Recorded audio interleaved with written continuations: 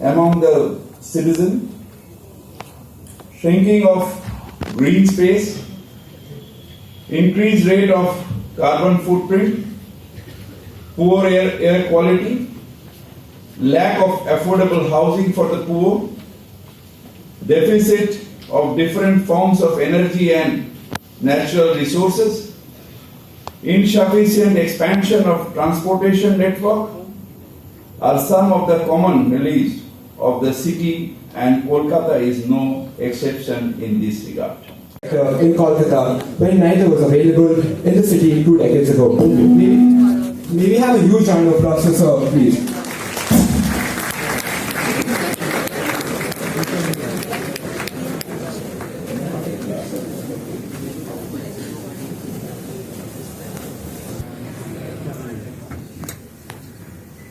Reverend Father Dominic Xaviers, Reverend Father Xaviers, dignitaries seated on the front row, citizens of planet Earth seated in this auditorium, ladies and gentlemen.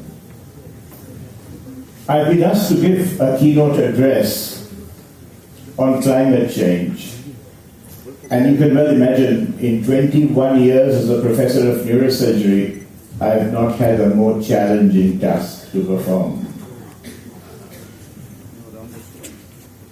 I am not a dignitary, so I will take your permission to not stay behind the dignified podium, but to walk around as I talk to you.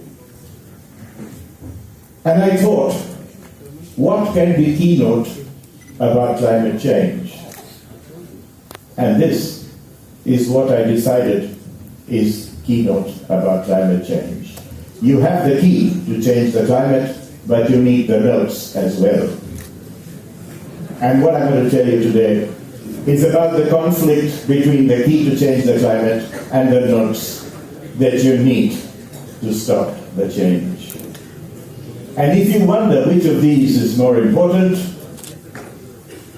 I would recommend to you when you go home to hold your breath when you're counting your notes. And you will see and realize which is more important. I'm going to talk to you about the 3 A's of climate change.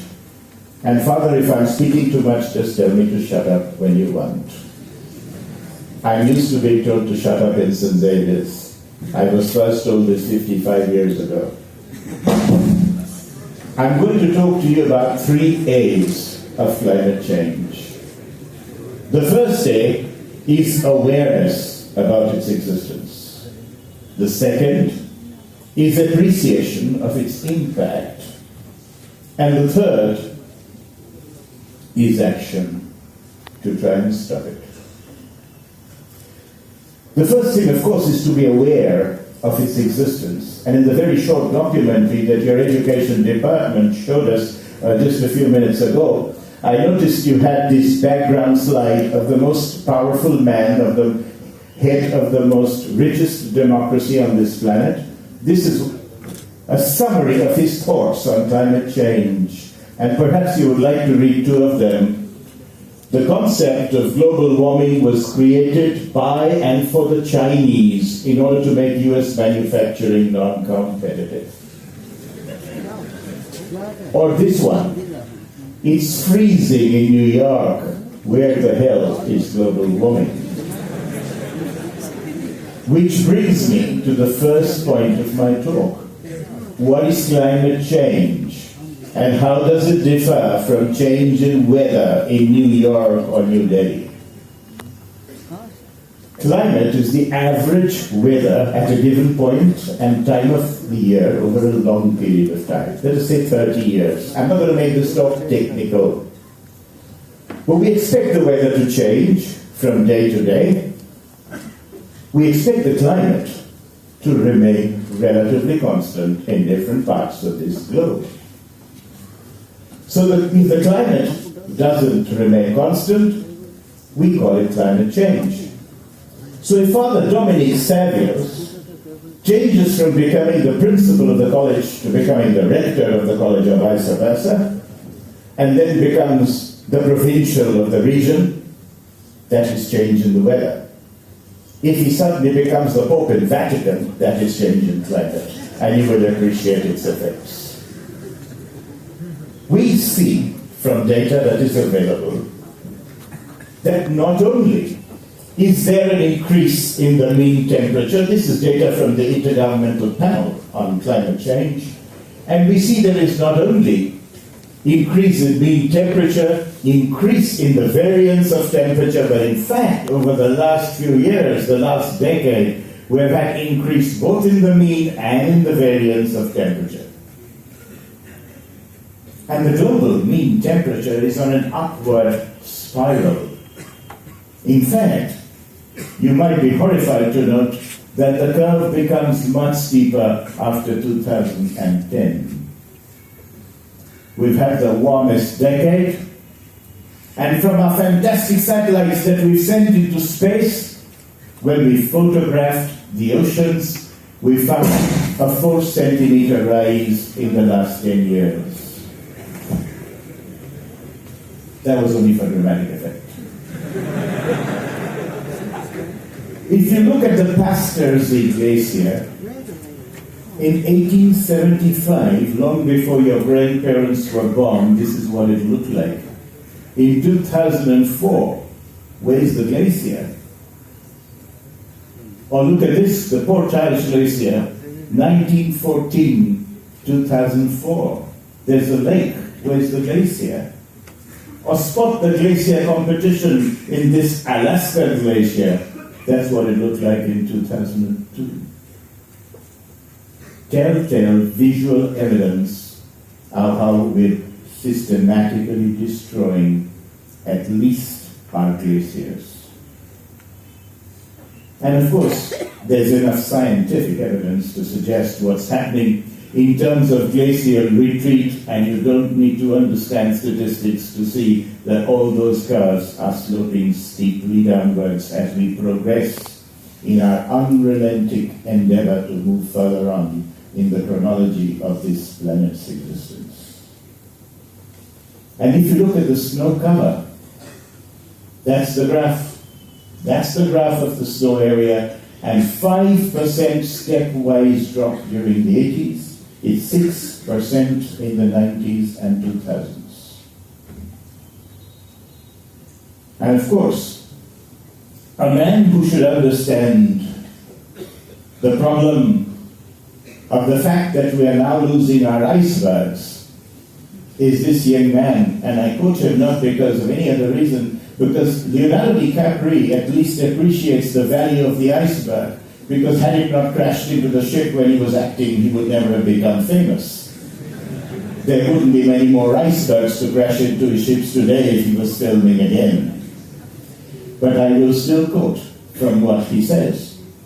And this is fantastic, what he says. He says, climate change is real, it is happening right now.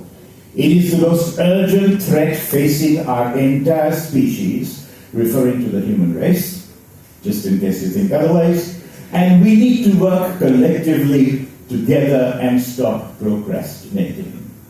We need to support leaders around the world who do not speak for big polluters, but to speak for all of humanity, for the indigenous people of the world, for billions and billions of underprivileged people out there who would be most affected by this.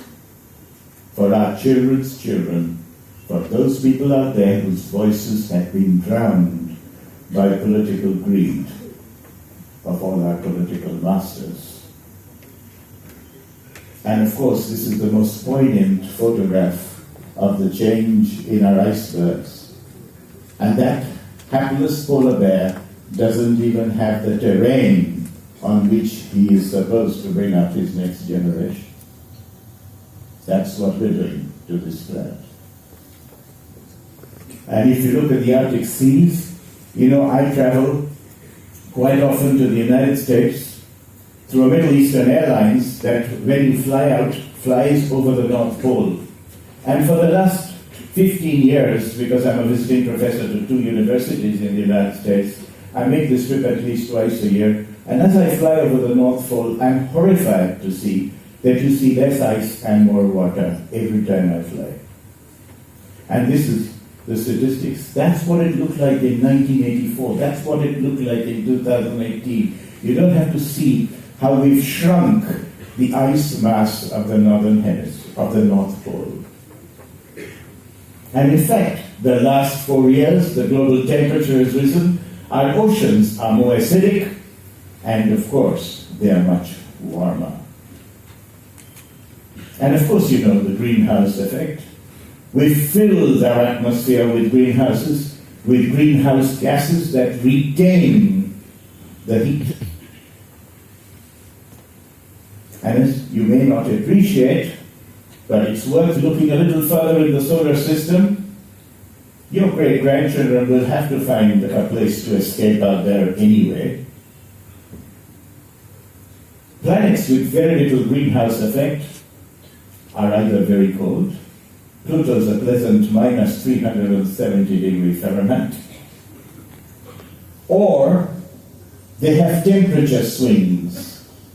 And in Mars, there is a 300 degree Fahrenheit temperature between the maximum and minimum temperature in a given day. Or else, they are the ones which have abundant greenhouse gases, like Venus. The average temperature is 855 degrees Fahrenheit. I'm sorry, there are already 3 planets that you won't be able to escape to when the Earth is no more. And then there was the Earth, which was just right. Still is, at least for the next 10 years. In fact, it has taken the world's top leaders 50 years to have a World Economic Summit where climate change has been at the top of the agenda. And this is a photograph from Davos last week. And I loved what's written on that building. Nothing affects climate change more than status quo. And I'll come back to this in a few minutes again. Status quo is the disease of sitting on your backsides and watching the world go by. And that is why Greta Thunberg thundered in the Davos conference, and I quote her, "I don't want you to be hopeful, I want you to panic and act as if the house was on fire." Those of you who are not from St. Xaviers will not know that this college was born on the ashes of a great fire, which destroyed a theater which was located at the very site on which you're sitting. And it was on the ashes of that fire that St. Xaviers College was born. If you don't want St. Xaviers College, which was born on the ashes of a fire, to end its existence on planet Earth by the great flood which will come to this city in the next 40 years, the time to act is now. Unfortunately, St. Xavier's has as its motto, nihil ultra, which means there is nothing beyond. And that's the only hope in the horizon for this college. I have to tell you the sad story of this preacher. I have written R.I.P., rest in peace, for this Bramble K. Melonis. The Bramble K. Melonis is the first mammal to officially win the recognition as a mammal that has become extinct because of climate change. This is a tiny tropical rat that lived in the barrier reefs of the coast of Australia. Lived there until the water level rose. And as it rose, the terrain in which it multiplied was inundated. And in the Christmas of 2018, the government of Australia officially declared this mammal as extinct. I have written rest in peace because this is the creature whose name will go down as the first victim in the mammalian world of climate change. And as you can well imagine, you and I are in line. This is the urban emissions forecast for particulate emissions in our state for today. Now you won't see this particulate PM25, which has no relation with the Prime Minister whatsoever, but it has to do with tiny particles in the atmosphere. And if they're 2.5 microns or smaller, then you know all the defense mechanisms we have? The hair inside our noses, the passages inside our nostrils, none of them can stop these horrible creatures from diving straight into the depths of our lungs, of destroying our lungs, of making cancer in the lungs, of even traveling into the bloodstream, shrinking our brains and destroying our bones.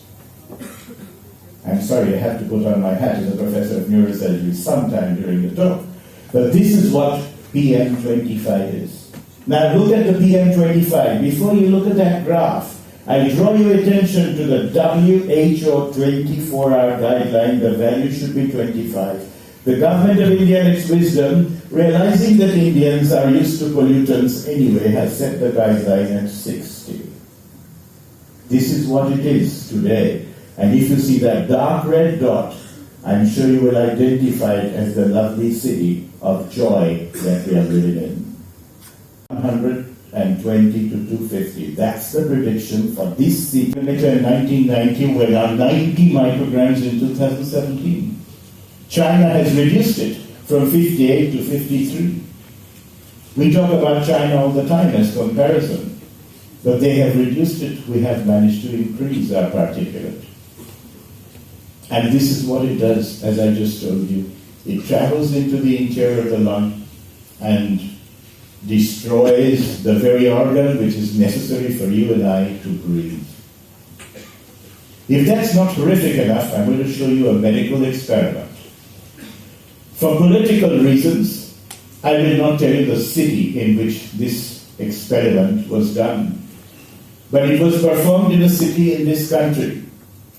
But before that, let me share with you some statistics. This is the number of deaths due to pollution in the world today. Look at the number of deaths in India, 2.5 lakhs, 2.5 million. That's the number of Indians that have died due to pollution. And the number is expected to quadruple a decade later unless you and I act now. I love this graph, and I'll just explain it in 30 seconds. This is the graph of terrorism deaths in India in the last decade. This is the graph of deaths due to pollution in India. Now, if I tell you that our governments in the state and center and all over the country spend roughly 2,000 times more to stop terrorism than they spend on their environment, as a man of science, devoid of political convictions one way or the other, would I be wrong to question the scientific basis of this investment? We're spending 200 times more, 2,000 times more to stop terrorism than we are to improve the environment. And this is statistics from the government of India. 12.4 lakhs people have died due to air pollution in northern India itself. And this is the experiment. This was a replication of the human lung taken to a city in India. On day one, it looked like this. Leaving it for 48 hours, it looked like this. And 5 days later, it looked like this. I will leave it to your imagination to looks like, and which of these three pictures it resembles the most. But that's how horrifying it is, medically speaking. We're taking a pure white organ of a small child.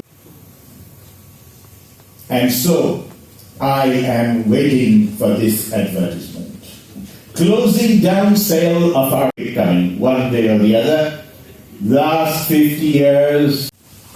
And if you think that's where global warming changes, you are wrong. Global warming doesn't only make your lungs black, your heart's heavier, or your brain's lighter. Global warming is changing your genes. It is changing the way your next generation will be brought up.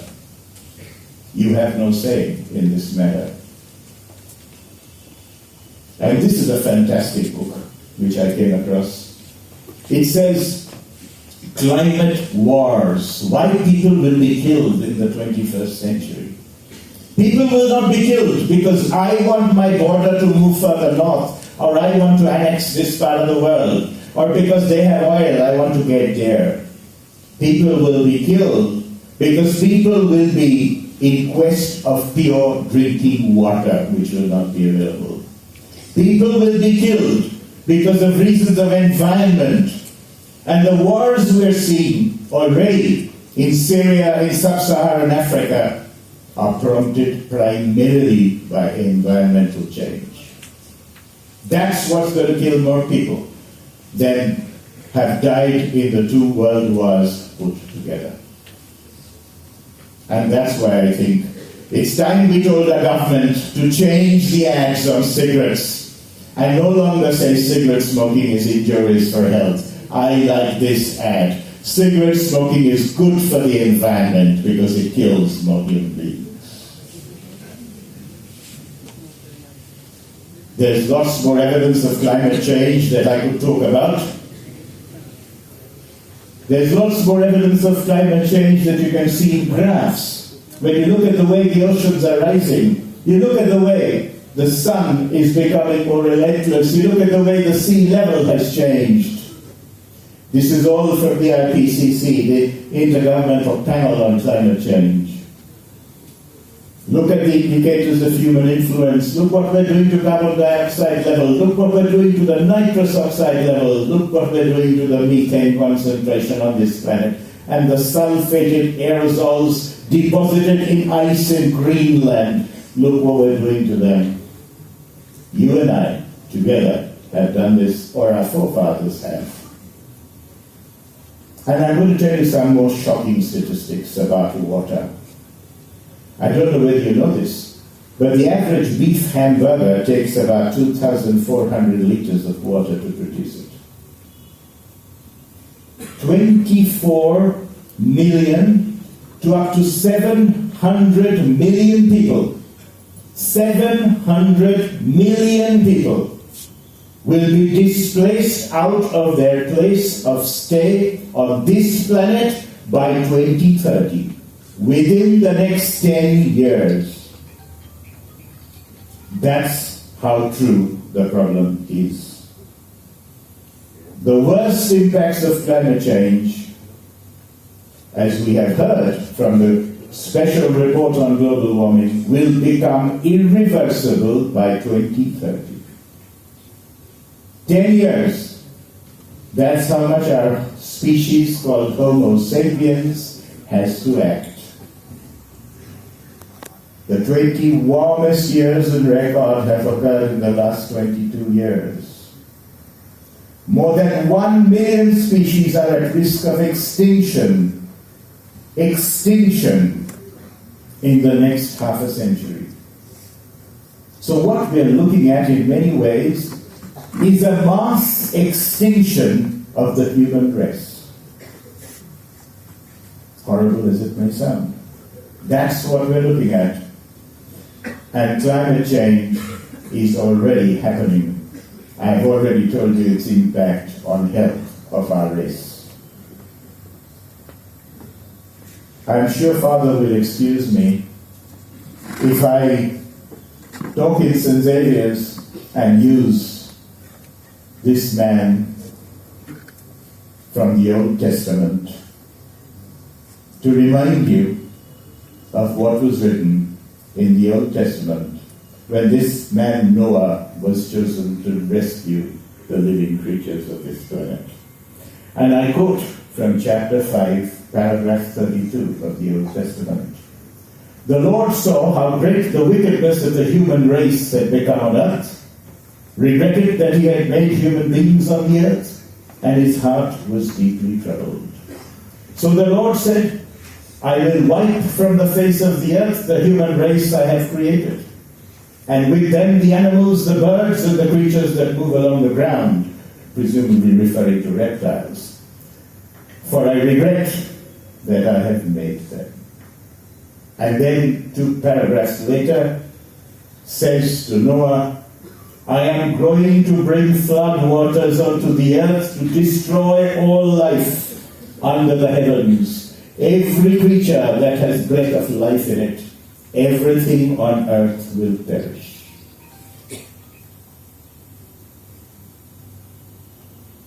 With permission from Father Xaviers, if that Old Testament was being written today, this is what the Lord would have said. I will wipe from the face of the earth the human race I have created. But I do not need to do anything. The big flood will come as ocean levels rise and glaciers melt on the mountains, and the human race will kill itself given sufficient time. And that's what's happened. I love this quotation from Albert Einstein. And if there is one quotation of this great man that you should think about during your conference over the next 2 days, it is this. The world will not be destroyed by those who do evil, but those who watch them without doing anything. Therefore, you need to do something. And I'm going to propose to you something horrific as I end my talk. I am going to propose to you, to introduce to you a new bill. And I'm going to call it the Climate Awareness Bill. I am sorry for the similarity in abbreviation. Just as a matter of interest, talking about its erstwhile predecessor with the same abbreviations, if you look at the money that this nation, or a group of people on this nation, has spent to try and popularize this bill, add to it the sum of money that various other groups in this country have spent to oppose this bill, and add to it the sum of money that has been lost because of vandalism and destruction of property in this country, then the figure you get, if spent over 3 years, would prevent the rise of the water level in the Sundarbans by 1 centimeter. And this bill maximally would impact 5 million people. I am proposing a bill that will affect every citizen of this planet Earth.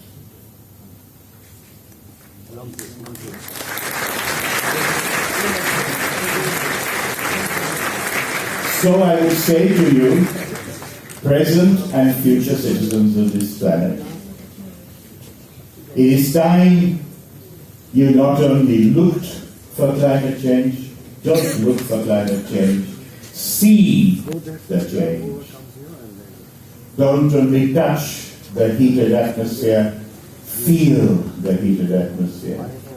Do not only hear about climate change, listen to climate change. Do not only understand, learn to comprehend. And above all, do not procrastinate, learn to participate in climate change preventive measures. I ask you, in this first session of this wonderful conference, to stand up against climate change. Yesterday, there was a human chain against the bill I referred to. I wait to see the day we have a human chain to try and oppose climate change. When we have a human chain to let our political masters, irrespective of their political alignments, understand their need to provide us with a safer climate for us and our children and grandchildren. I am still waiting for that day. So please stand up for the right to breathe fresh air. Stand up for the right to claim your fair share of oxygen. Stand up for the right of your classmates to walk or run in the morning in this city without falling prey to illnesses caused by pollutants. Stand up for the right of that unborn child who's having his genes poisoned by noxious fumes that hover in our cities and poison our mothers' wombs. Stand up for the right of your children and grandchildren to live and let live on this planet which we can rightly claim as our own. And stand up for what must be the ultimate in democracy in the living world. Stand up for your right to live without being poisoned, without being burnt, and without being drowned. Remember, we have 10 years to act. That's 2 general elections. That's 2 corporation elections. That's 2 state assembly elections away. So, I always say, remember, you and I can start the change. But it is ultimately our political masters that have to do something more, that have the philosophy of the gentleman who I quoted at the beginning of my speech. We must stop the privileged procrastination of our political peers. And we must make them understand that their 5 years perverted perception of political power will not save our planet. Even the halos they wear around their heads might become too hot in the next few years. So I end by telling you that in this battle there are no losers. You have to take up the call to arms to stop this change in our climate. There are no losers. Everyone is a winner. So, citizens of this planet seated before me, try and change the future before the future changes you. Thank you very much.